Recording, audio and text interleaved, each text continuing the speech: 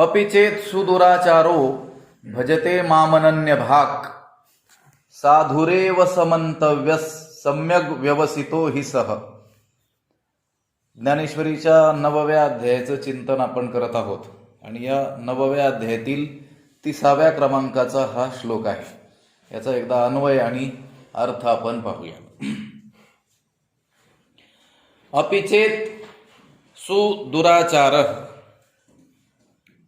अनन्य भाग माम भजते सह साधु एव मंतव्य सह ही सम्यक व्यवस्थित.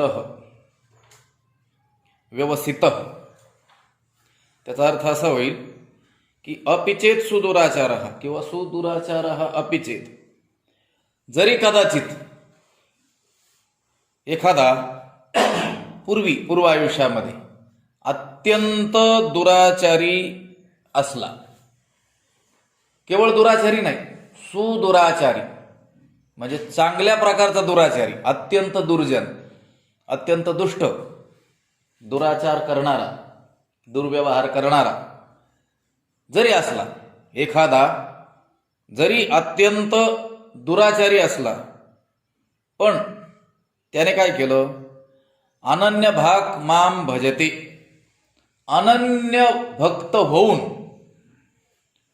माझं काय केलं, भजन केलं. मला जर तो भजत असेल, पूर्व आयुष्यामध्ये अत्यंत दुराचारी, अत्यंत पापी असा असलेला, पण आता वर्तमान स्थितीमध्ये जर अनन्य होऊन, भगवंत म्हणतो आहे अनन्य होऊन जर माझं भजन करू लागला, माझी भक्ती करू लागला, तर मग त्याला काय म्हटलं पाहिजे, त्याला आता दुराचारी नाही म्हटलं पाहिजे. सहसाधू एव मंतव्य, त्याला साधूच मानलं पाहिजे, त्याला साधूच समजलं पाहिजे. लक्षात आलं का? का बरं? कारण तो काय आहे, चांगल्या उद्योगाला आता लागलेला आहे. तो काय आहे, चांगल्या निश्चयाचा आता तो झालेला आहे आता वर्तमान स्थितीमध्ये. श्लोकाचा अर्थ काय होईल, जरी एखादा पूर्व आयुष्यामध्ये अत्यंत दुराचारी असला, पण आत्ता वर्तमान स्थितीमध्ये जर तो अनन्यतेनं माझं भजन करू लागला असेल, तर त्याला आता पूर्वीच्या नावाने न ओळखता त्याला साधूच समजलं पाहिजे. साधू एव, साधूच. लक्षात आलं का? चकारात्मक बोललेलं आहे. त्याला आता साधू न समजता दुसरं काहीही समजायचं नाही, त्याला साधूच मानलं पाहिजे. कारण आता तो चांगल्या निश्चयाचा झालेला आहे, तो चांगल्या मार्गाला आता लागलेला आहे, असा या श्लोकाचा काय आहे, अर्थ आहे. या श्लोकापासून पुढं भगवंत भक्तीचं काय करता आहेत, महात्म्य सांगत आहे. भक्तीचं निरनिराळ्या रीतीनं जरी महात्म्य वर्णन केलेलं असलं तरी आता हे जे प्रकरण चालू झालेलं आहे, यामध्ये भक्तीचं अत्यंत पराकोटीचं महात्म्य काय केलेलं आहे, वर्णन केलेलं आहे. म्हणजे दुराचारी असलेल्याला सुद्धा जर तो अनन्यतेनं भगवंताची भक्ती करू जाईल, तर भगवंत त्याला म्हणतोय, आपल्याला सांगतोय की त्याला काय समजलं पाहिजे, साधूच समजलं पाहिजे. हे काय आहे, भक्तीचं महात्म्य आहे. भक्ती ही अतिशय दुराचार्यातील दुराचार्यालाही अत्यंत श्रेष्ठ पदापर्यंत नेऊन पोहोचवण्याचं काय ठेवते, सामर्थ्य ठेवते. लक्षात आलं का?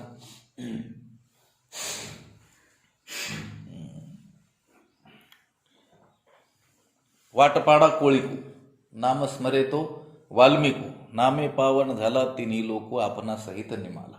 ज्ञानोबारायांनी वाल्मिकी ऋषींबद्दल असं म्हटलेलं आहे, वाटपाडा कोळीकू, वाट माऱ्या करणारा तो कोळीकू. लक्षात आलं का? पण नामस्मरे, त्याने नामाचं स्मरण केलं म्हणून वाल्मिकू, तो कोण झाला, वाल्मिकू. लक्षात आलं का? वाटपाडा कोळीकू नामस्मरे तो वाल्मिकू, नामे पावन झाला, तो नामे पावन झाला, स्वतः काय झाला, पवित्र झाला.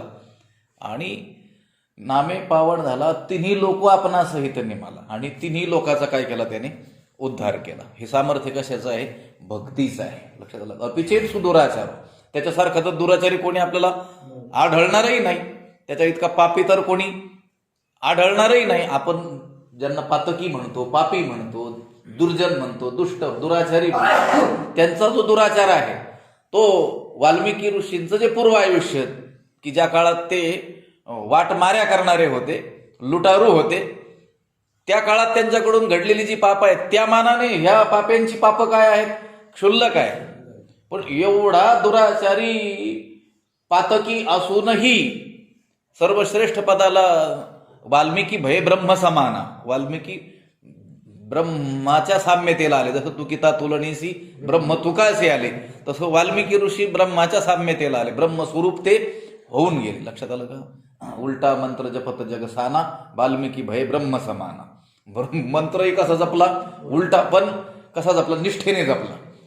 त्यांना ज्यांनी मंत्र दिला त्या श्री नारदांवरती अत्यंत निष्ठा ठेवून त्या मंत्राचा काय केलं? त्यांनी जप करतच राहिले आणि पूर्व जे आयुष्य आहे ते कधी पलटून गेलं त्यांचं त्यांनाही कळालं नाही. अपिचेत सुदुराचार, अत्यंत दुराचारी जरी असला तरी अनन्य भक्त होऊन जर माझं भजन करू लागला तर तो साधूच समजला पाहिजे. लक्षात आलं का?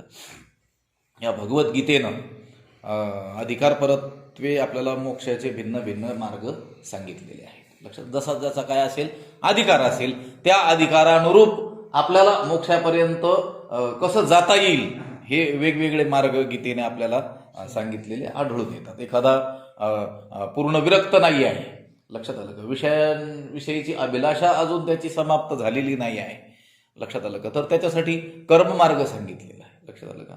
बरं, जो अत्यंत विरक्त आहे, विवेकासहित वैराग्याचं बळ ज्याच्याकडं आहे, असा जो तीव्रतर मुमुक्षू जिज्ञासू साधक असेल तर तो ज्ञानमार्गाचा अधिकारी म्हणून ज्ञानयोगेनं सांख्यानाम ज्ञानमार्गाचा त्याला अधिकारी म्हणण्यात आलेला आहे. लक्षात आलं का?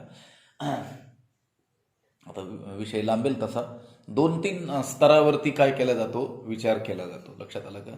एक आहे त्याच्या भावनिक स्तरावरती त्याचा काय केला जातो? विचार केला जातो. एक त्याच्या कर्तृत्व सामर्थ्याच्या दृष्टीनं त्याचा काय केला जातो? विचार केला जातो. आणि एक त्याची मेधा, त्याची बुद्धी, त्याची आकलन क्षमता, ग्रहण क्षमता, त्याचा अधिकार या दृष्टीनं काय केला जातो? विचार केला जातो. ज्याची आकलन क्षमता प्रचंड आहे आणि त्याबरोबरच त्याच्यामध्ये विवेक वैराग्याने तो संपन्न असेल तर तो ज्ञानमार्गाचा अधिकारी मानला जातो. कारण त्याला ज्ञान सांगितल्याबरोबर त्याला ते पचणार आहे, कारण त्याची चित्तशुद्धी चित्तस्थैर्य अगोदरच झालेलं आहे आणि उद्धाराप्रती त्याची काय आहे? तळमळ देखील आहे, मुमुक्षुता देखील प्रबल त्याच्यामध्ये आहे. म्हणून तो कशाचा अधिकारी? त्याला आता कर्म करायचं सांगून चालणार नाही, कारण कर्मामध्ये त्याचं मन रमणार नाही. लक्षात आलं का? तो आता या कर्तृत्व आणि भावनिक स्तर याहून काय झालेला आहे? उंच झालेला आहे. लक्षात आलं का? म्हणून आता त्याला त्याच्या पद्धतीनं सांगावं लागणार आहे. बरं, जो कर्तृत्व प्रधान असा कोणी मनुष्य आहे, रजोगुण संपन्न आहे, लक्षात आलं का? तर त्याला आता ध्यान करायचं सांगून चालणार नाही, कारण त्याला काहीतरी धावपळ केल्याशिवाय, काहीतरी कार्य संपन्न केल्याशिवाय जमत नाही आहे. बरं, त्याला ज्ञान सांगूनही चालणार नाही, तेवढी त्याची चित्ताची स्थिरता, त्याची ग्रहण क्षमता, त्याची मेधा तेवढी उंचावलेली नाही आहे. म्हणून त्याला काय सांगावं लागेल? कर्म कर. आणि ते कर्म करून करून एक दिवस तो काय होणार आहे? अधिकारी होणार आहे. बरं, जो कर्तृत्व संपन्नही नाही आहे, म्हणजे रजोगुण संपन्नताही ज्याच्याकडे नाही आहे आणि सत्वाची अत्यंत शुद्धीही ज्याच्याकडे नाही आहे, पण भावनिक स्तर ज्याचा चांगला आहे, त्याला काय सांगावं लागेल? भक्ती सांगावी लागेल, उपासना सांगावी लागेल. लक्षात आलं का? अशा या काय आहेत गोष्टी आहेत. गीतेनं अधिकार परत्वे जे उद्धाराचे वेगवेगळे काय सांगितले मार्ग सांगितलेले आहेत, त्यामध्ये हा भक्ती मार्ग हा राजमार्ग आहे. लक्षात आलं का? भक्ती मार्ग जो सांगितलेला आहे तो कसा मार्ग आहे? राजमार्ग आहे. लक्षात, मोडून या वाटा सूक्ष्म दुस्तर केला राजभार चाले, अशा संतांनी देखील या सूक्ष्म दुस्तर कठीण अशा या वाटा काय केलेल्या आहेत? मोडून या नाना मते म्हटलेलं आहे ना, हे वाटा काय केल्या? मोडल्या आणि एकच एक मोठा हायवे तयार केलेला आहे. आता त्या हायवेने सगळ्याला जाता येऊ शकतं. लक्षात आलं का? ताशी 100-150 किलोमीटर वेगाने गाडी चालवणाराही त्या हायवेने जाऊ शकतो.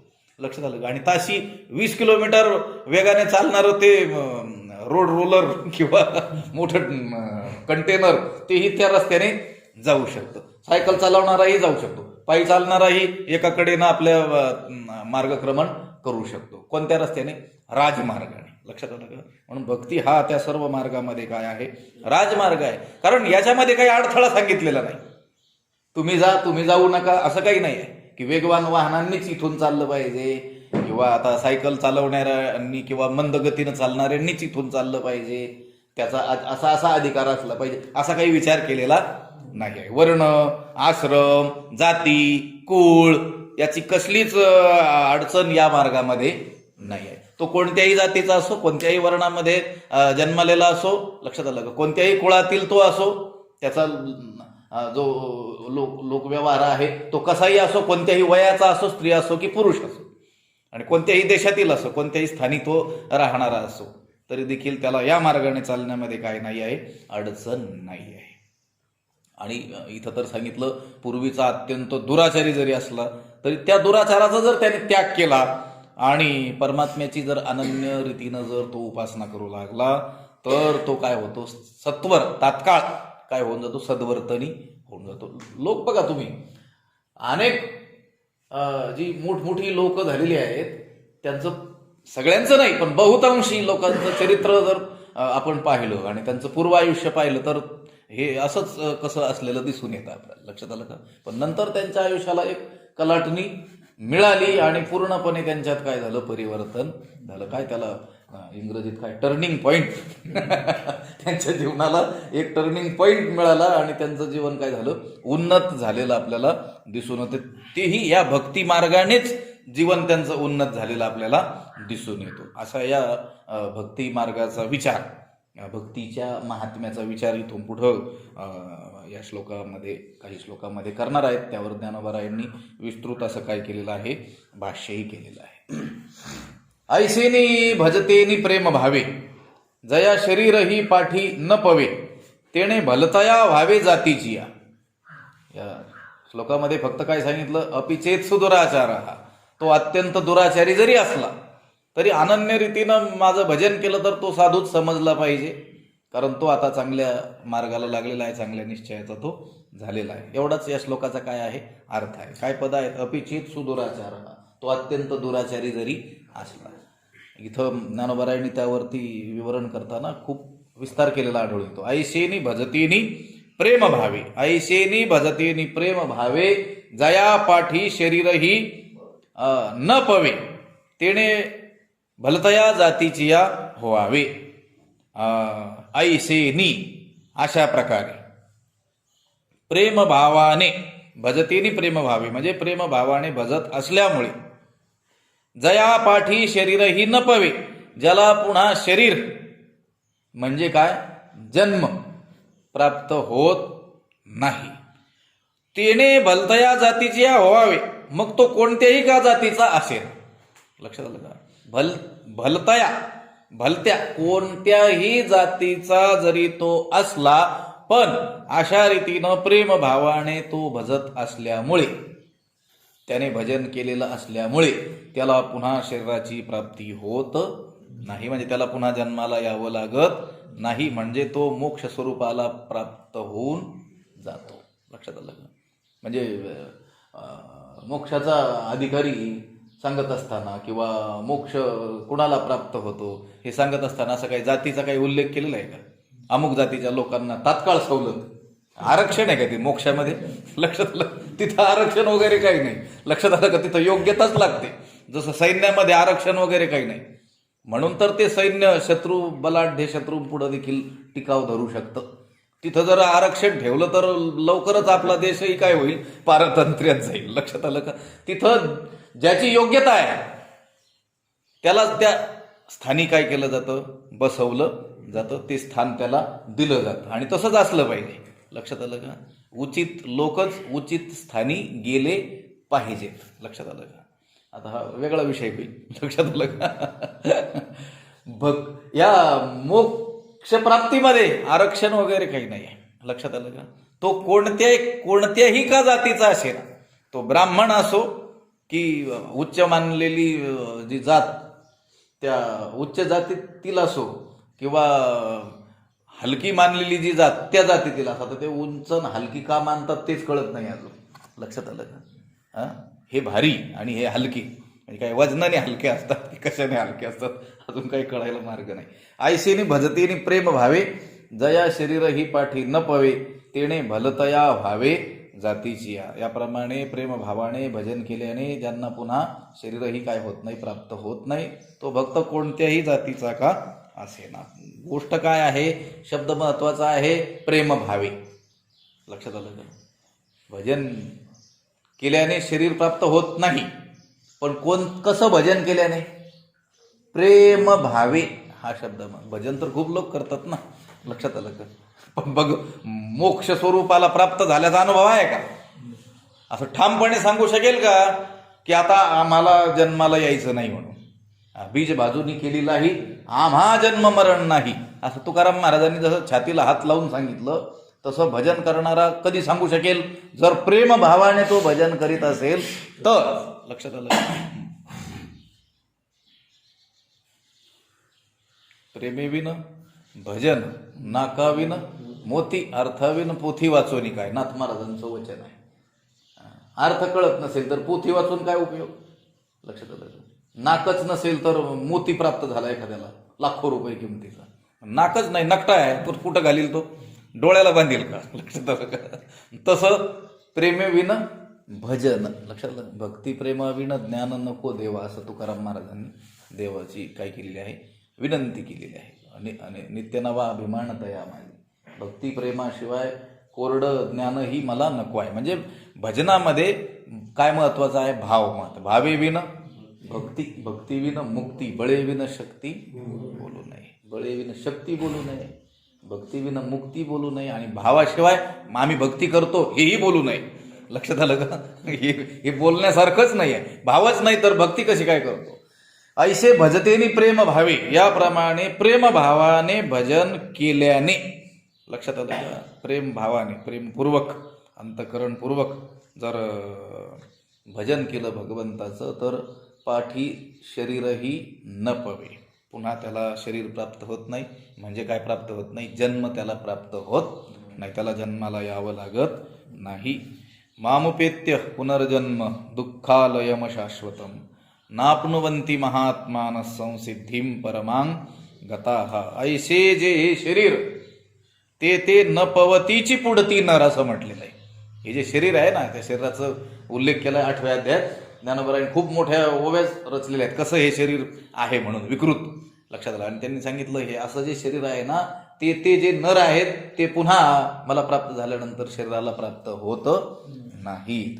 ऐसे भजतेनी प्रेम भावे जया शरीरही पाठी न पवे. अहो म्हटले मग प्रेमभावाने भजन केल्याने पुन्हा जन्माला यावं लागत नाही, पण मग कोणी केल्याने? ते काही विशिष्ट लोकांनी केल्याने त्यांना पुनर्जन्म प्राप्त होत नाही, मोक्षाला ते प्राप्त होतात असं आहे का? ते म्हटले नाही नाही नाही, तसं काही नाही. तेने भलतया व्हावे जातीची या, त्याने भलतया जातीची या व्हावे. तो भक्त कोणत्याही जातीचा का असेना. यातायाती धर्म नाही विष्णुदासा, निर्णय हा ऐसा वेद. उंच नीच काही नेणे तिष्ठे भक्ती देखोनिया. लक्षात आलं का? तो तिष्ठे, तो थांबतो. लक्षात आलं का? काय बघून? तुमचं संपन्नता, तुमचं कुळ, वैभव, ऐश्वर हे बघून. हा, त्या पूर्वी गाडीवर लिहिलेलं असायचं बघा, ट्रकवर वगैरे, थांब लक्ष्मी. ती थांबायला मोकळी काय? लक्षात आलं का? तुझं कुंकू लावून घेण्यासाठी हा ती थांबेल, म्हणजे भगवंत थांबेल. पण तिष्ठे भाव भक्ती देखोनिया, त्याच्याप्रती तुमच्या अंतकरणात असलेलं जे प्रेम आहे, जो भाव आहे, तो भाव बघून काय करेल? तो तिष्ठे, थांबेल. तसा थांबायला मोकळा नाही, किती त्याला थांब थांब म्हटलं तरी थांबणार नाही. लक्षात आलं का? त्याने भलतया व्हावे जातीची, तो कोणत्याही का जातीचा असेल ना. लक्षात आलं का? आता मी जो अभंगाचं चरण उच्चारलं तो संपूर्ण अभंग आपण पाहून घ्या. आता आपण काकड्याचे अभंग कंठस्थ करतच आहोत, तर पुढे ते अभंग येणार. उंच नीच काही नेणे तिष्ठे भाव भक्ती देखोने, त्या संपूर्ण यादीच्या यादीच दिलेली आहे. लक्षात आलं का? कोणाकोणाशी काय काय भगवंत करू लागलेला आहे. लक्षात आलं का? सगळ्या जाती धर्मातील संतांचा विचार त्या अभंगांमध्ये काय केलेला आहे, मांडलेला आपल्याला लक्षात येतो. तेने भलतया व्हावे जातीची, तो कोणत्या काय जातीचा असे ना. जाती कुळ नाही तयासी प्रमाण, अनन्य तुका म्हणे. भगवंताच्या दृष्टीनं जाती कुळ हे प्रमाणच नाही आहे. पुढे येणार आहे विषय. म्हणजे हा ह्या जातीचा आहे म्हणून मग भगवंताला तो अधिक प्रिय आहे, आणि हा अमुक जातीतला आहे म्हणून तो तेवढासा प्रिय नाही, अशी कोणतीही गोष्ट नाही. भगवंताच्या ठिकाणी एकच गोष्ट प्रमाण आहे, अनन्यता. लक्षात आलं का? एकनिष्ठता, एकविधता. भक्ती प्रेमपूर्वक त्याची केलेली उपासना, त्याचं केलेलं भजन, याच गोष्टीला प्रामाण्य भगवंताच्या ठिकाणी मानलं जातं. तुका म्हणे नाही जाती सवे काम, ज्याचे मुखी नाम तोची धन्य. ज्याच्या मुखामध्ये नाम आहे तोच काय आहे? तोची, म्हणजे बाकीचे नाही. धन्य कोण? तोची. कोण? ज्याच्या मुखामध्ये काय आहे? भगवंताचं नाम आहे. मग ते नाम ज्याच्या मुखात आहे तो कोणी का असेना, तुका म्हणे नाही जाती सवे काम, त्याच्या जातीशी काही काम नाही आहे. तो जर नाम घेत असेल तर तो काय आहे? धन्य आहे, असं त्यांनी सांगितलेलं आहे. भलतया व्हावे जातीची. कोणत्याही जातीचा जरी तो मनुष्य असला तरी भगवंताचा अनन्य भक्त जर झाला तर तो काय होतो? त्या जन्मातच काय होऊन जातो? मुक्त. तैसे येण्याची शरीरे, शरीरा येणे सरे, किंबहुना येर धारे चिरा पडे, याची देही याची डोळा, भोगू मुक्तीचा सोहळा. याच शरीरामध्ये आणि आता परत ह्या जन्मात काय मुक्त होतो, मग आणखी जन्म घ्यावे लागतील. मुक्त होणं काय सोपी गोष्ट आहे का? असं नाहीये. लक्षात आलं का? मुक्त होण्याकरिता तर हे शरीर दिलेलं आहे ना. तुमचे काय बाकीचे उद्योग करायला हे शरीर दिले, हे उद्योग करावे लागतात. लक्षात आलं का? काही अपरिहार्य असल्यामुळं ते करावे लागतात, काही आपण ओढवून घेतलेले असल्यामुळं करावे लागतात. पुढीलांचे ओझे आपल्या माथा घ्यायचे या न्यायाप्रमाणे ते करावे लागतात. ह्या देहाचं मुख्य प्रयोजन काय आहे? तर देहातीत होऊन जाणं. ह्या शरीराला आपण जे आलेलो आहोत याचं येण्याचं कारणच हे आहे की या शरीरातून सुटका आपली झाली पाहिजे. या शरीरातून म्हणजे आता प्राप्त असलेल्या शरीरातून नाही, कोणत्याही शरीरातून. नाही तर म्हटले याच्यातून सुटका झाली म्हणजे मुक्त झाला. आपल्या बापाने मुक्ती ठेवली का? पुन्हा पशु पक्ष्यांचा जन्म आहेच, आणि कोट्यावधी वेळ, एक एक योनी कोटी कोटी फेरा, मग लागे वारा मनुष्य देहाचा. लक्षात आलं का?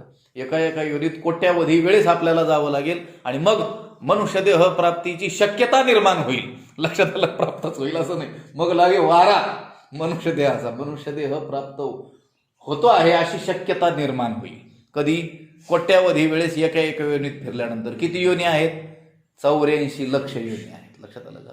म्हणून तो शरीराला प्राप्त होत नाही याचा अर्थ पुन्हा तो जन्मालाच येत नाही. कोणत्याच जन्माला तो येत नाही. तो काय होऊन जातो? भगवत स्वरूपाशी अभिन्न होऊन जातो, एकरूप होऊन जातो, मोक्ष स्वरूपाला तो प्राप्त होतो. कोण?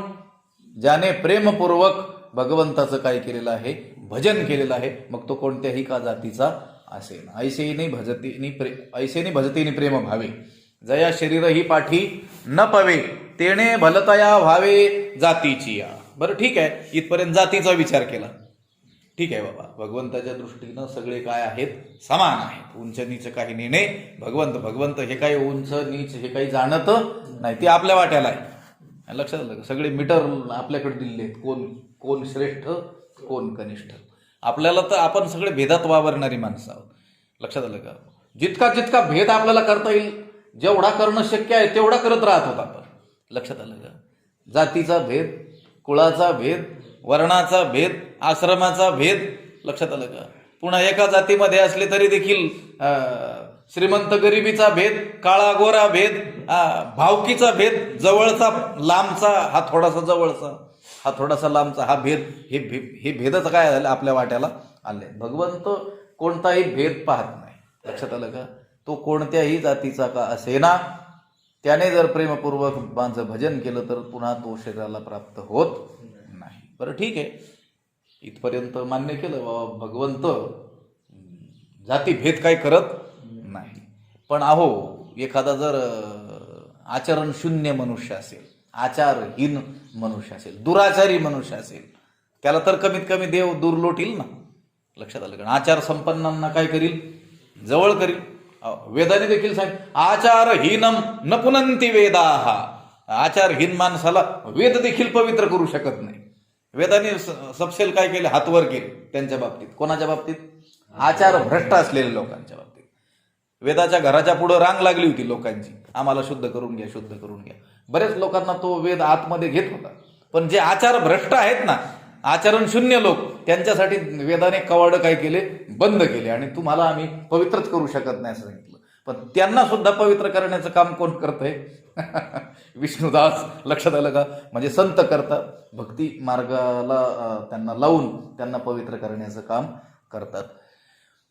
इथं भगवंताला आपण विचारलं, ठीक आहे, तुम्ही तो भक्त अनन्य भावाने भजन करणारा भक्त कोणत्या जातीचा आहे त्याचा विचार न करता त्याला मोक्ष प्रदान करता, त्याला पुन्हा शरीराला प्राप्त व्हावं लागत नाही. पण आचरण शून्य जर मनुष्य असेल तर ज्ञानोबर आहे म्हणतात, आणि आचरण पाहता सुभटा तो दुष्कृताचा कीर सेल वाटा, परी जीवित वेचिले चोटा भक्तीची याकी.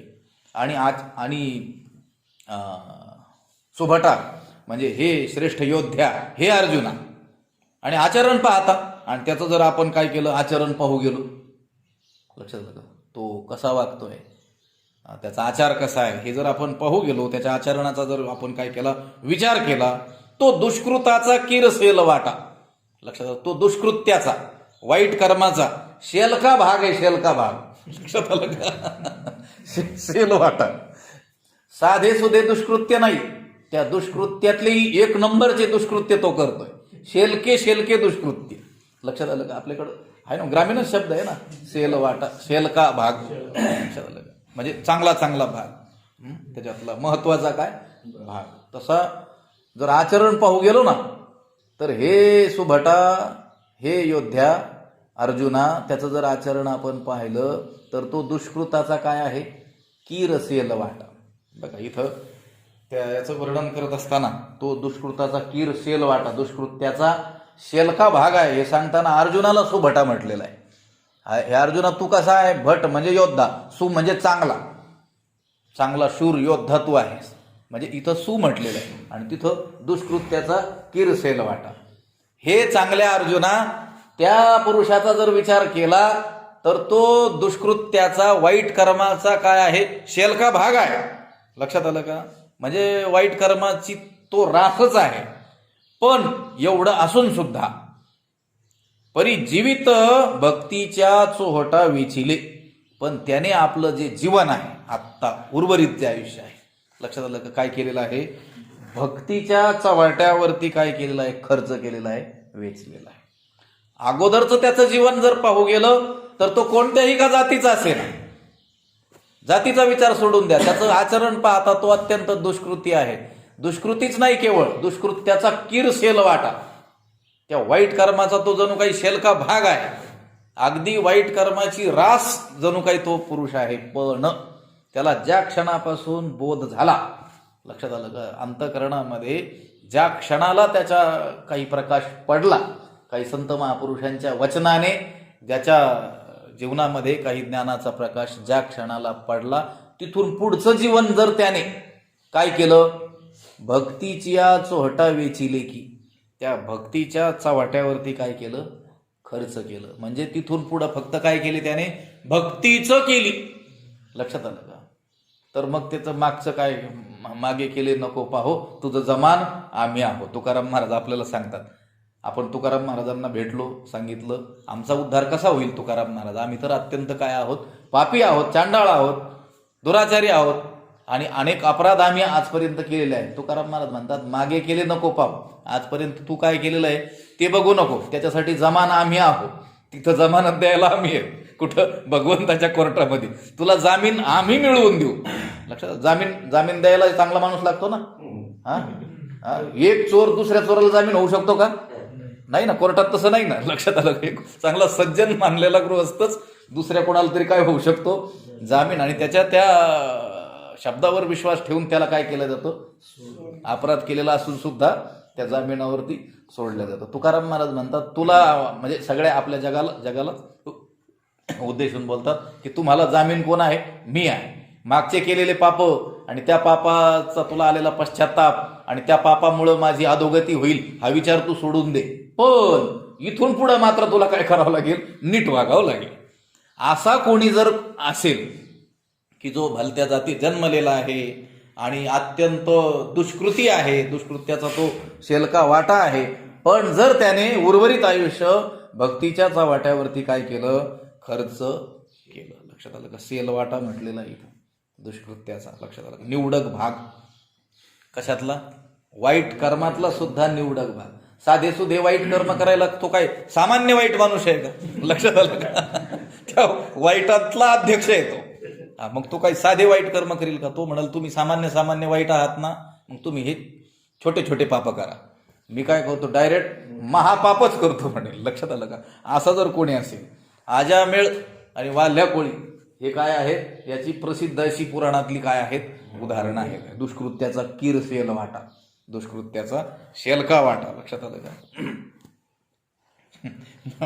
मामासाहेबांनी असं लिहिलं की ते चित्रगुप्त लिहित असतो ना आपले अपराध वगैरे, यमाचा पिये. लक्षात आलं का? त्याच्या वह्या संपल्या म्हणे यांचं लिहिताना.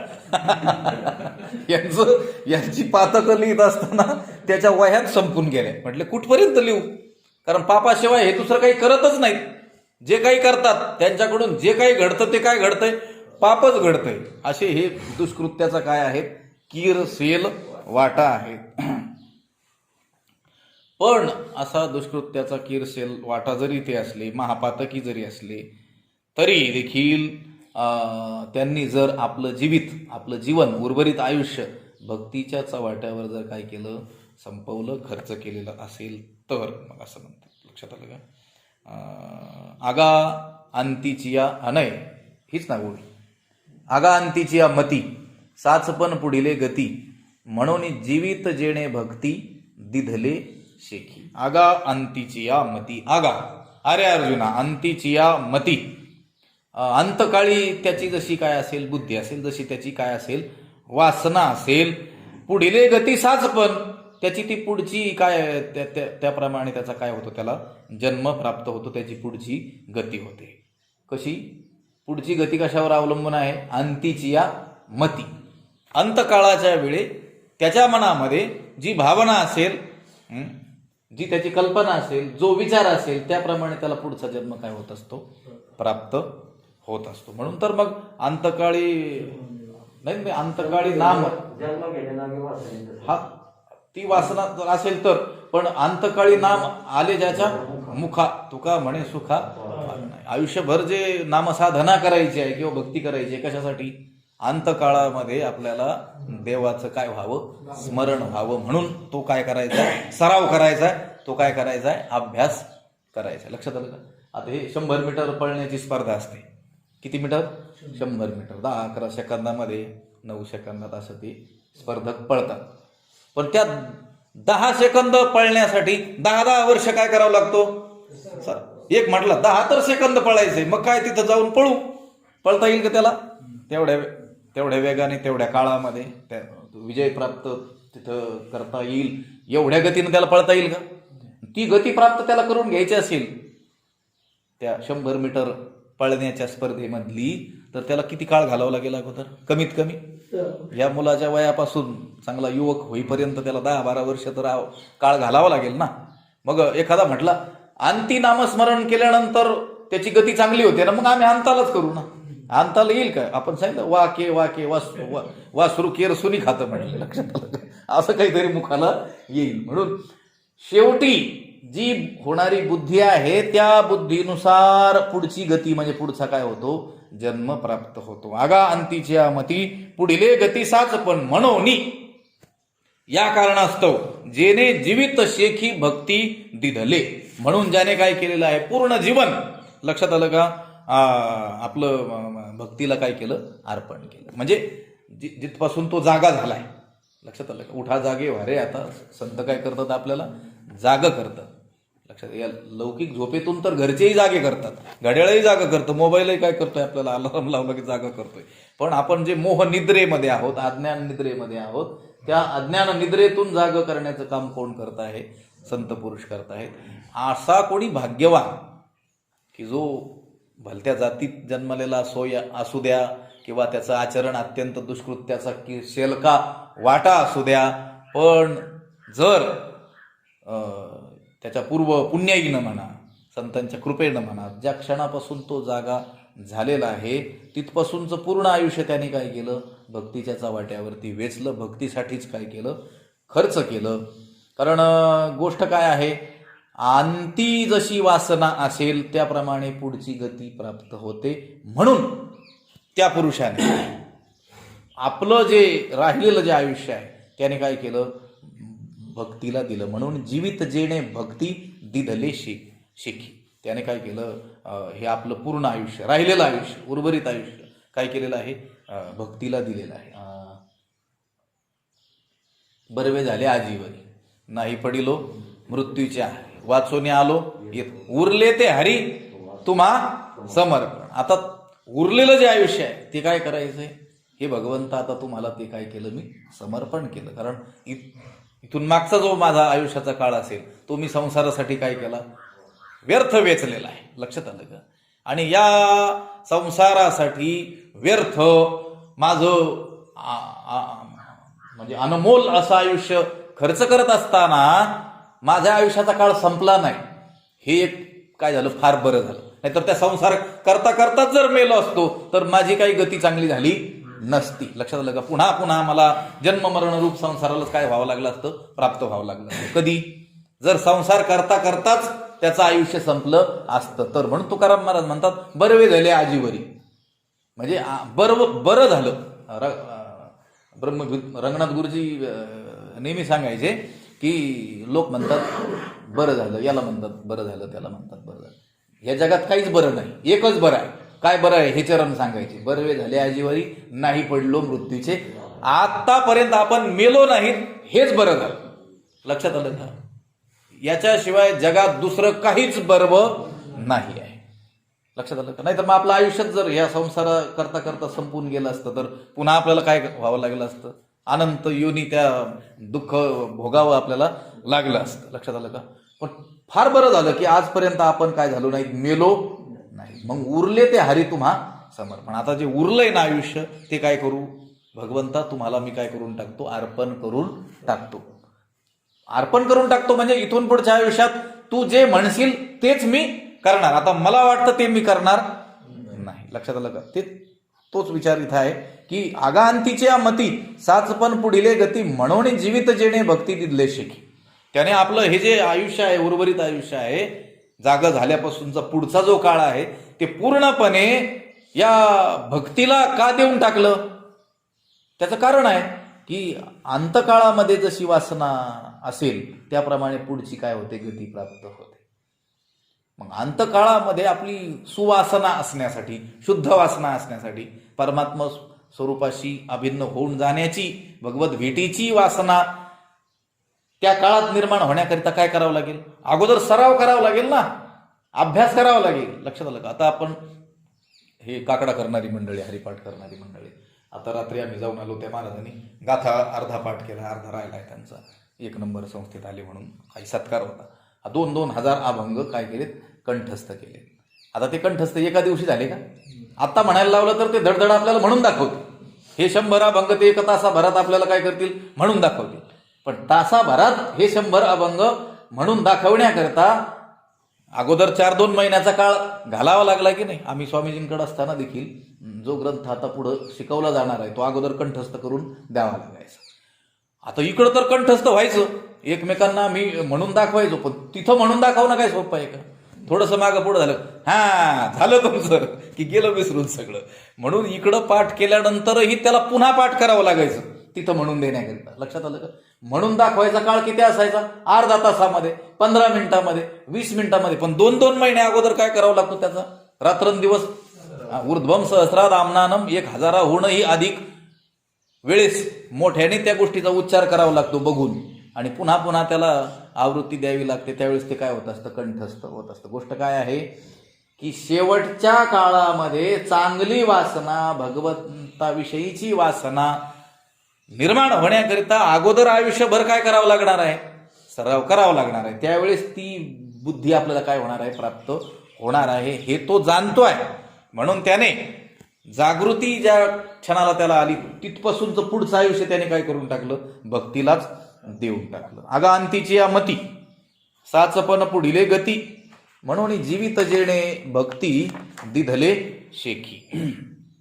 त्याने काय केलं, पूर्णपणे आयुष्य भक्तीला काय केलं, वाहून टाकलेलं आहे. तो आधी जरी दुराचारी, सर्वोत्तमोचे अवधारी, जैसा बुडाला महापुरी न मरतो निघाला. आणि मग तो जो आहे, तो जो कोण, ज्याचं वर्णन इथं केलेलं आहे, तो भलत्या का जातीत जन्मालेला असेना, परंतु माझं अत्यंत प्रेम भावाने काय करतो आहे, भजन करतो आहे.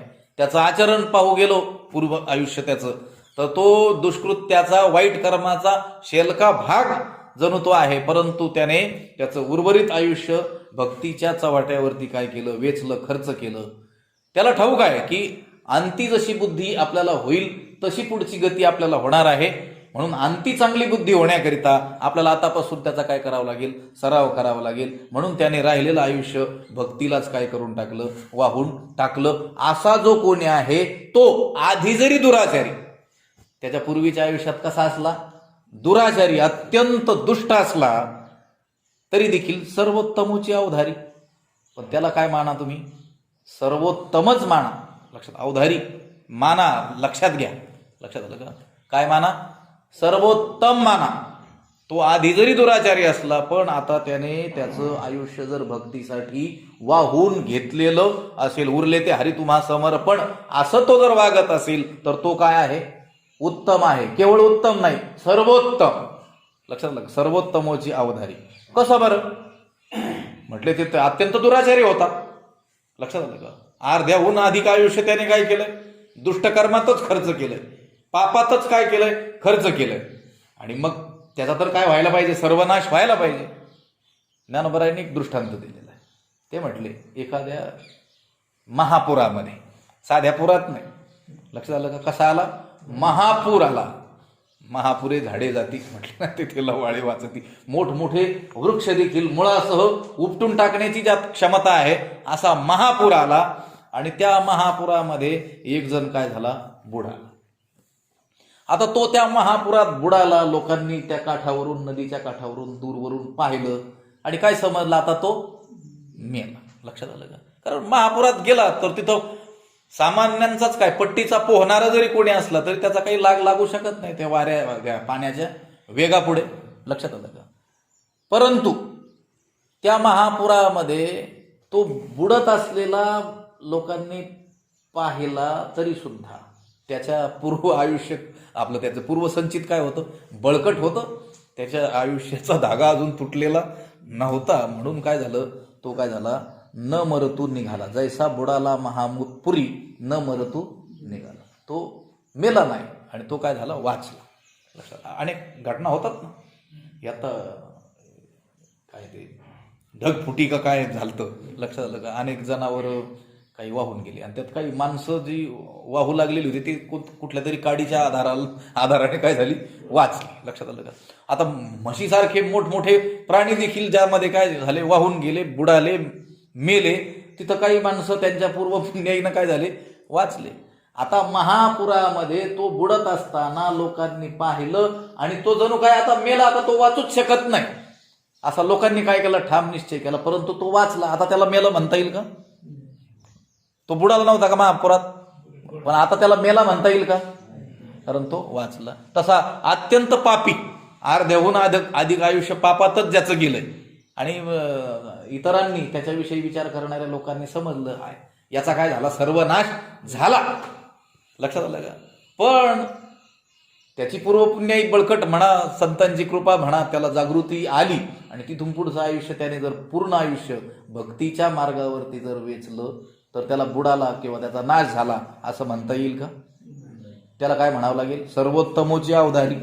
तो सर्वोत्तम आहे हेच म्हणावं लागेल. तो आधी जरी दुराचारी, सर्वोत्तमोची अवधारी, जैसा बुडाला महापुरी न मरतू निघाला. या ओवीला जोडून पुढची ओवी, तयाचे जीवित आईल थडी आले, म्हणून बुडाले पण जेवी वाया गेले, तेवी नुरेची पाप केले, शेवटली हे भक्ती.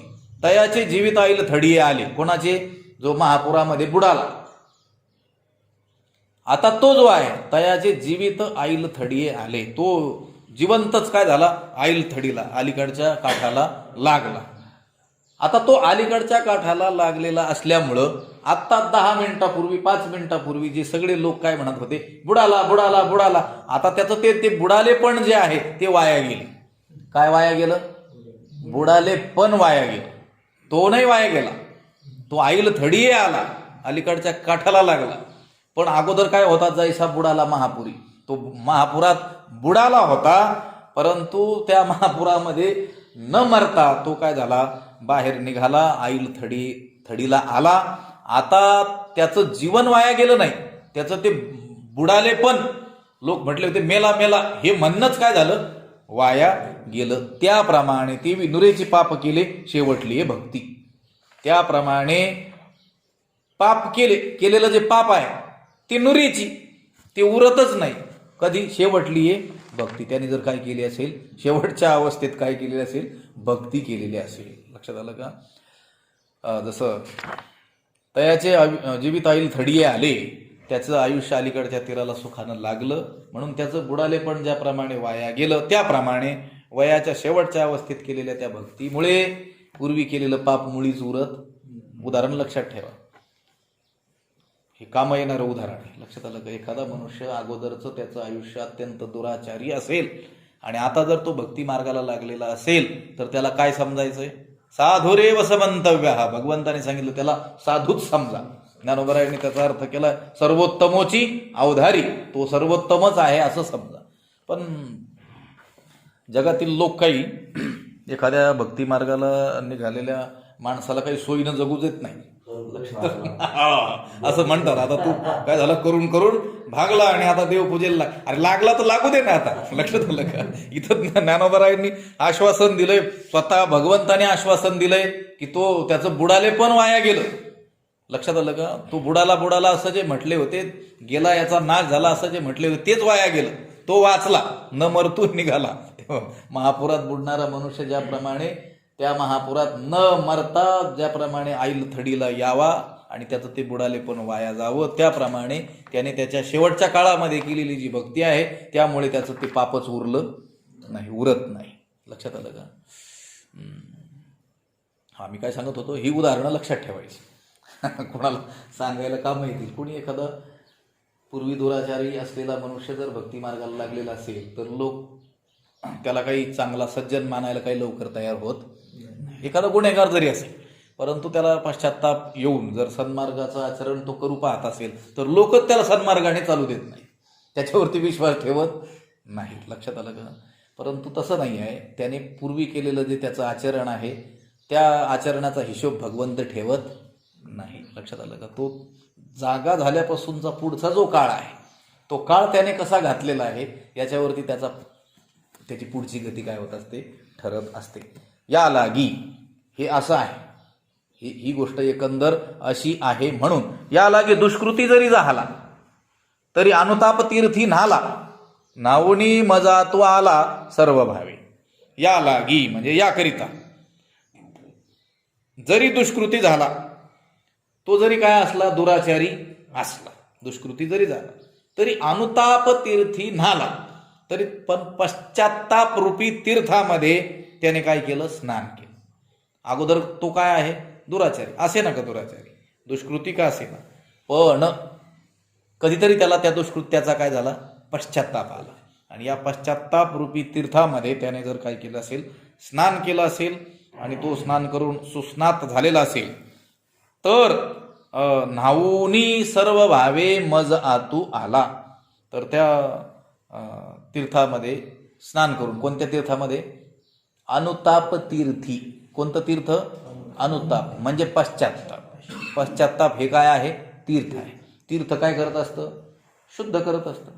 लक्षात आलं का? तीर्थ आपल्याला काय करतं, शुद्ध करतं. त्यासाठी तर आपल्याला काय करावं लागतं, तीर्थाला जावं लागतं. तीर्थ आपले दोष काय करतात, खाऊन टाकतात. आपल्याला काय करतात, निर्मळ बनवतात. लक्षात आलं, शुद्ध करतात. आपल्याला या भूतलावरची त्रिवेणी संगम इत्यादी तीर्थ काय आहे ठाऊक आहे, पण अनेक तीर्थ आहे. लक्षात आलं का? इथं कोणत्या तीर्थाचं वर्णन आहे, अनुताप तीर्थी नाला. पश्चाताप ही काय आहे, मोठं, पश्चातापेन शुद्धेती. पश्चातापाने मनुष्य काय होतो, शुद्ध होतो. लक्षात आलं का? पण तो खरा पश्चाताप आला पाहिजे. लक्षात आलं का? खरा अनुताप आला पाहिजे. काल इथे मुख्य पाहिजे अनुताप. त्या चिरंजीव पदामध्ये दुसरीच उभी आहे. लक्षात आलं का?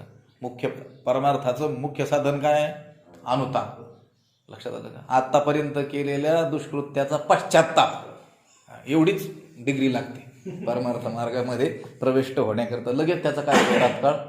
पण ज्याला अजून पश्चातापच आला नाही, लक्षात आलं का, त्या संसार दुःखाने अजून तो दुखावल्याच गेला नाही, ते दुःख ज्याला सुखरूप वाटते तो काही परमार्थाचा अधिकारी होऊ शकत नाही. त्रिविध तापे तापला, लक्षात आलं का? संसार दुःखे दुखावला, त्रिविध तापे तापला, तोचे अधिकारी झाला परमार्थाशी. समर्थ रामदास स्वामीजींनी म्हटले दासबोधामध्ये असं. संसार दुःखाने जो दुखावल्या गेलेला आहे, संसार करी नका, त्याच्या वाट्याला आलेला आहे, तो त्याला करावा लागणार आहे. पण या संसारामध्ये केवळ दुःख आणि दुःखच आहे याची त्याला जर जाणीव असेल तर तो परमार्थाचा अधिकारी होऊ शकतो. नाहीतर मग तिथंच ह्याची माझे पंढरपूर, मग काय तो काही परमार्थाचा अधिकारी होऊ शकत नाही. त्या संसारामध्ये जर सुख शोधण्याचा जर कोणी प्रयत्न करत असेल तर तो परमार्थाचा अधिकारीच होऊ शकत नाही. कारण त्या संसारात सुखच नाही याची जाणीव झाल्यानंतर सुखरूप असलेला जो कोणी परमात्मा आहे त्याच्या शोधार्थ मनुष्य बाहेर पडेल ना. जर घरातच त्याच्यातच त्याला आनंद वाटत असेल, त्या विषयातच जर सुख तो शोधित असेल, तर सुखरूप असा कोणीतरी एक परमात्मा आहे आणि त्याची प्राप्ती आपण केल्याशिवाय आपण सुखी होऊ शकत नाही याची कल्पनाच त्याला येऊ शकत नाही. मी बोलतोय लक्षात येत आहे ना. आपला तो एक देव करुणी तेने विण जीवा सुख न, हे कधी कळेल? संसारातील दुःखांची जाणीव आपल्याला झाली तर. आणि संसार हा केवळ दुःख आणि दुःख प्रदान करणाराच आहे असं जर आपल्याला वाटेल तर, लक्षात आलं का, मग आपल्याला पश्चाताप येईल की मी माझं अमूल्य अनमोल असं आयुष्य काय केलं, या व्यर्थ अशा संसारासाठी आतापर्यंत खर्च केलं. लक्षात आलं का? ठीक आहे, खर्च होईना का, पण नंतर कधीतरी थोडं फार शिल्लक राहिल्यानंतर पश्चाताप यावा ना. लक्षात, आपल्या खिशामध्ये असलेलं जे धन आहे, द्रव्य पैसा आहे, तो आपण व्यर्थ गोष्टींसाठी खर्च आपल्याकडून होईना का, झाला ठीक आहे अज्ञान अवस्थेमध्ये, पण अर्धे पैसे राहिल्यानंतर तरी जाणीव व्हावी ना. नाहीतर आता एसटीला सुद्धा पैसे राहिले नाही मग म्हटले पश्चाताप आला, आता उपयोग नाही.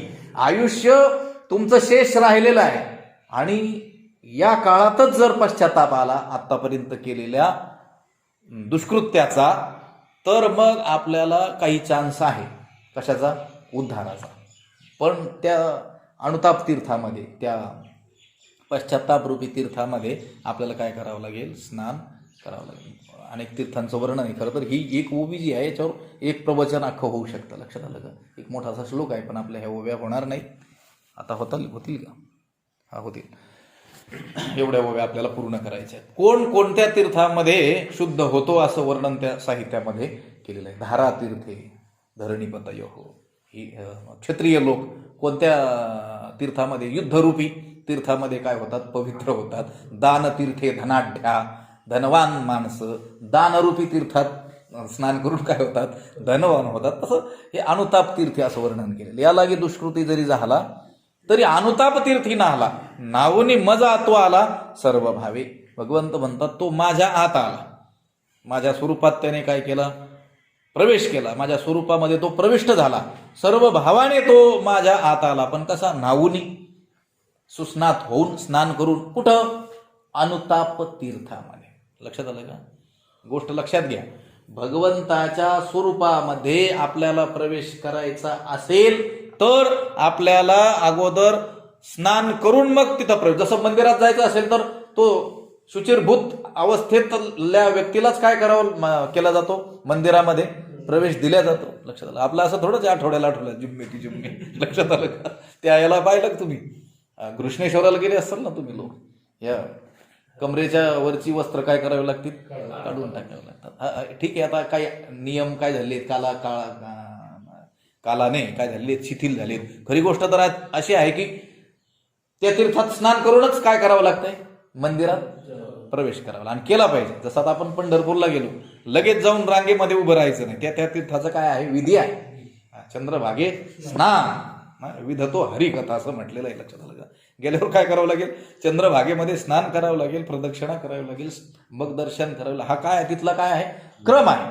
मला काय सांगायचंय, मंदिरामध्ये जर प्रवेश करायचा असेल तर तीर्थाचं स्नान करूनच जावं असा जर नियम असेल, तर मग भगवंताच्या स्वरूपामध्ये प्रविष्ट होण्याकरिता, भगवंताशी एकरूप होऊन जाण्याकरिता आपल्याला तीर्थात स्नान करावंच लागेल. मग कोणत्या, पंढरपूर का आळंदी का काशी नाही, अनुताप तीर्थी. त्या पश्चात्ताप रूपी तीर्थामध्ये काय करावं लागेल? स्नान करावं. आणि तो खरा पश्चात्ताप असावा, नाटकी नाही. लक्षात आलं का? इथं लोकांसमोर नाटकी पश्चात्ताप केला जाऊ शकतो, नाही नाही नाही चुकलं आमचं, आता असं होणार नाही. भगवंतासमोर मात्र तसं चालणार नाही, कारण भगवंत कुठं राहतो? सर्वस्यच्या अहम. तो आतले सगळे अंतर्भाव तो जाणे, तो आतल्या सगळ्या भावना काय करतोय? जाणतोय. तो खरा पश्चात्ताप व्हावा लागेल. तर ते काय असेल? ते तीर्थ असेल. आणि त्या तीर्थामध्ये स्नान करूनच मग भगवंताच्या स्वरूपामध्ये तो भक्तीद्वारे काय होईल? प्रविष्ट होईल. या लागी दुष्कृती जरी झाला तरी अनुताप तीर्थी न्हाला, नावणी मजा तू आला सर्व भावे. आणि असा जो आहे, ज्याचं वर्णन चाललंय ना, ज्या पुरुषाचं, भलत्या जातीतला असेना का, दुष्कृत्याचा किरसेल वाटा का असेना, अत्यंत दुराचारी का असेना, परंतु उर्वरित आयुष्य त्याने काय केलं? भक्तीच्या चोटावरती वेचलं, खर्च केलं. लक्षात आलं का? तो आधी जरी दुराचारी असला तरी तो काय आहे? सर्वोत्तमच आहे असं मानलं पाहिजे. कारण ज्याप्रमाणे त्या महापुरामध्ये बुडालेला मनुष्य, अरे बुडाला बुडाला, मेला मेला म्हणता म्हणता काय होतंय? तो वाचल्या जातो, जिवंतच अलीकडच्या काठाला लागतो. म्हणून त्याचं ते बुडाले पण, तो मेला मेला असं म्हणणं हे काय झालं? वाया गेलं. त्याप्रमाणे शेवटली आहे भक्ती, त्याने शेवटच्या अवस्थेमध्ये केलेली जी भक्ती आहे, त्यामुळे त्याने केलेलं जे पाप आहे पूर्वीचं, ते नुरीची, ते उरतच नाही.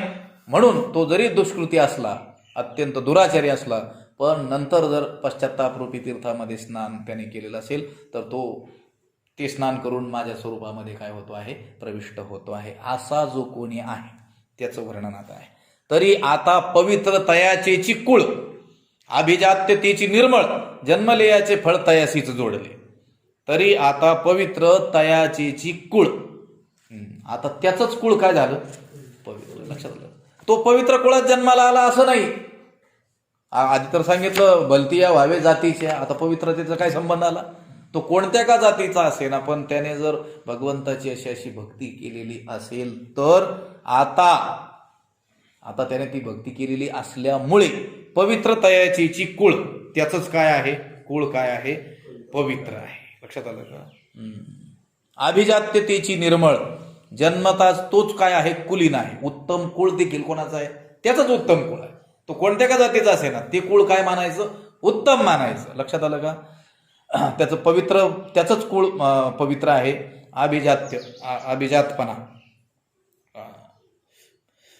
त्याला काय झालेलं आहे? लाभलेलं आहे. जन्मलेयाचे फळ तयासीच जोडले. मनुष्य जन्माला आल्याचं मुख्य फळ त्यालाच प्राप्त झालं असं समजा, असं जाणा. लक्षात आलं का? कारण तुका म्हणे जन्म आल्याचे सार्थक. विठ्ठलाची एक देखील, आणि त्याने देखील त्याने पाहिलाय आता विठ्ठल भगवंताच्या स्वरूपामध्ये तो प्रविष्ट झालेला आहे. लक्षात आलं का? मग त्याचाच जन्म काय झाला? धन्य झाला. लक्षात आलं का? त्याचा जन्म काय झाला? सार्थक झाला. जन्मलेयाचे फळ तयासीच जोडले. लक्षात आलं का? हे बघा, तुकाराम महाराजांचे का बघ, निचिये कुळीचा उंचा वंदे होय, हरीची जो गाय गुणवाद. हरीचे गुणवाद जो गातो तो नीच कुळातला जरी असला तरी उंचावंद होय. जे उंच आहेत त्यांना देखील तो वंद्य आहे. लक्षात आलं का? उंच आणि नीच, हा नीच कुळातला जरी असला ना, हरीचे गुण जर गात असला, तर जे उंच आहेत त्यांनी सुद्धा त्याला काय करावं? वंदन करावं. एवढा तो काय होऊन जातो? उंच होऊन जातो. लक्षात आलं का?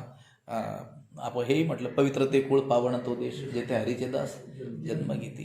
तो आता हरिदास झालेला आहे, हरिभक्त झालेला आहे, त्यामुळं तो ते कुळही पवित्र आहे आणि तो देशही काय आहे?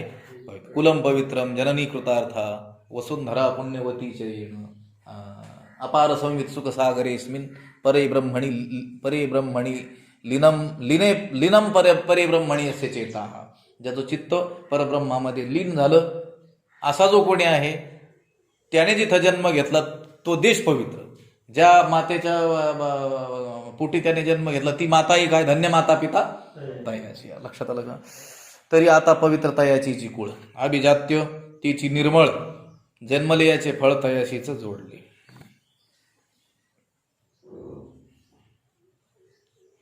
आता हे म्हणतो, नदीचं मूळ पाहू नये, ऋषीचं काय पाहू नये? कुळ पाहू नये. हे ऋषी कोणत्या कुळातले आहेत, कोणत्या जातीचे आहेत, कोणत्या प्रांताचे आहेत ते पाहू नये. लक्षात आलं का? त्यांची भगवंताविषयीची असलेली निष्ठा आणि जगत उद्धाराची असलेली तळमळ कळकळ एवढीच पाहावी. पण लोकांना ते महत्वाचं नाही वाटत. लक्षात आलं का? महाराज कोणत्या जातीचे आहेत, लक्षात आलं का? कोणत्या भागातले आहेत, लक्षात आलं का? कोणत्या कुळातले आहेत, ह्या बाह्य चर्चाच केल्या जातात.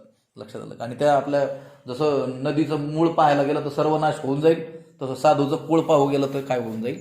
सर्वनाश होऊन जाईल. आता त्यांनी सांगितलं, कागाची विष्ठे जन्म पिंपळासी, पांडव कुळासी पाहता दोष. लक्षात आलं का? पांडवांचं कुळ पाहू गेलो आपण तर काय काय लागेल आपल्याला? दोष लागेल.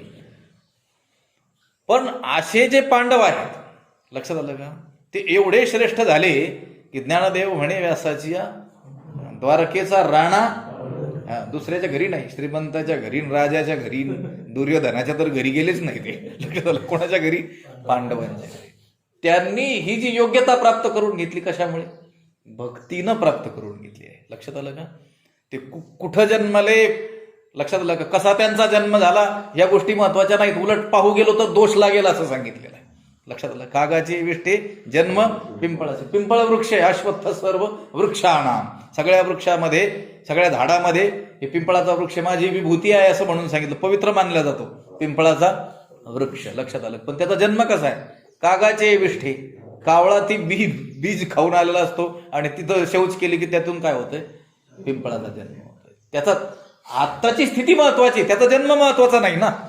लक्षात आलं का? तो कोणाच्या पोटी जन्माला आला, त्याचं कुळ काय आहे, लक्षात आलं का? ते पवित्र आहे का उंच आहे का नीच आहे हे महत्वाचं नाही. तो तिथं जन्माला आला आणि त्यानंतर त्याने काय केलं हे महत्वाचं आहे. त्यामुळं त्याच्यामुळं त्या कुळाला काय आहे? पवित्रता आहे. गोष्ट अशीच असली पाहिजे. आपल्यामुळं कुळ धन्य झालं पाहिजे. कुळामुळं आलेली धन्यता ती काय उपयोगाची? लक्षात आलं का? आपल्यामुळं आपल्या वाडवडिलांचं नाव काय झालं पाहिजे? मोठं झालं पाहिजे. मोठ्या आई वडिलांच्या पोटी जन्माला आल्यामुळं जी नाव आपल्याला प्राप्त झालं त्याचा काय उपयोग आहे? सांगे वडिलांची कीर्ती तो एक मूर्ख. लक्षात आलं का? रामदास स्वामीजींनी म्हण, मूर्ख लक्षण समासच आहे प्रकरण आहे. लक्षात वाचायला लावलं होतं एक दिवस मुलांना. लक्षात आलं? म्हण मोठ्याने वाचत थोडंसं. म्हणजे कोण मूर्ख, कोण मूर्ख? त्यांनी सांगितलं तो एक मूर्ख, तो सुद्धा मूर्खच. कोण? सांगे वडिलांची कीर्ती. स्वतःचा काहीच पुरुषार्थ नाही, पण आमचे आजोबा असे होते ना आमचे वडील असे होते. अरे तू कसा आहे ते बघ अगोदर. लक्षात आलं का? त्याला काय म्हटलेलं आहे? मूर्ख म्हटलेलं आहे. आणि कोणी सामान्यांनी नाही म्हटलेलं आहे, समर्थ रामदास स्वामीजींनी म्हटलेलं आहे. हा, आपल्यामुळं आपल्या वाडवडिलांचं काय वाढलं पाहिजे? हा, वडिलांचे. लक्षात आलं? हा, कोणाचा वाईट?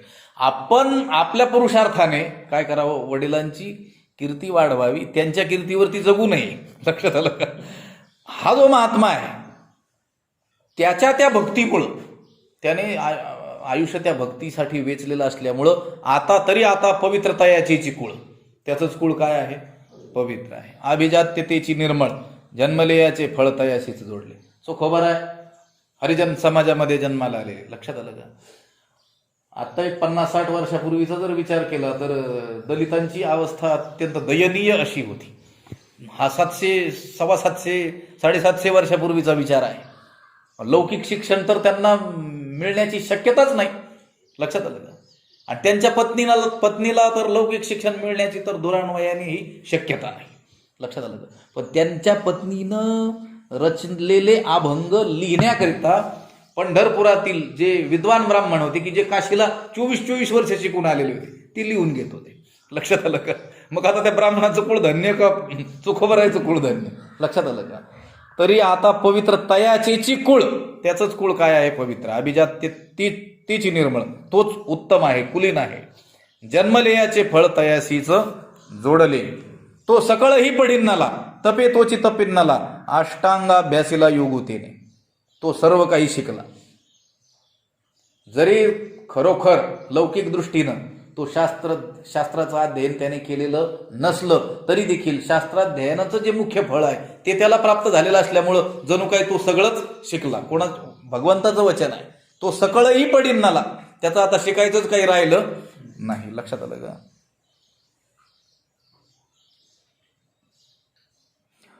तपे तोची तपिन्नाला, तपाने तोच काय झाला? तपस्वी झाला.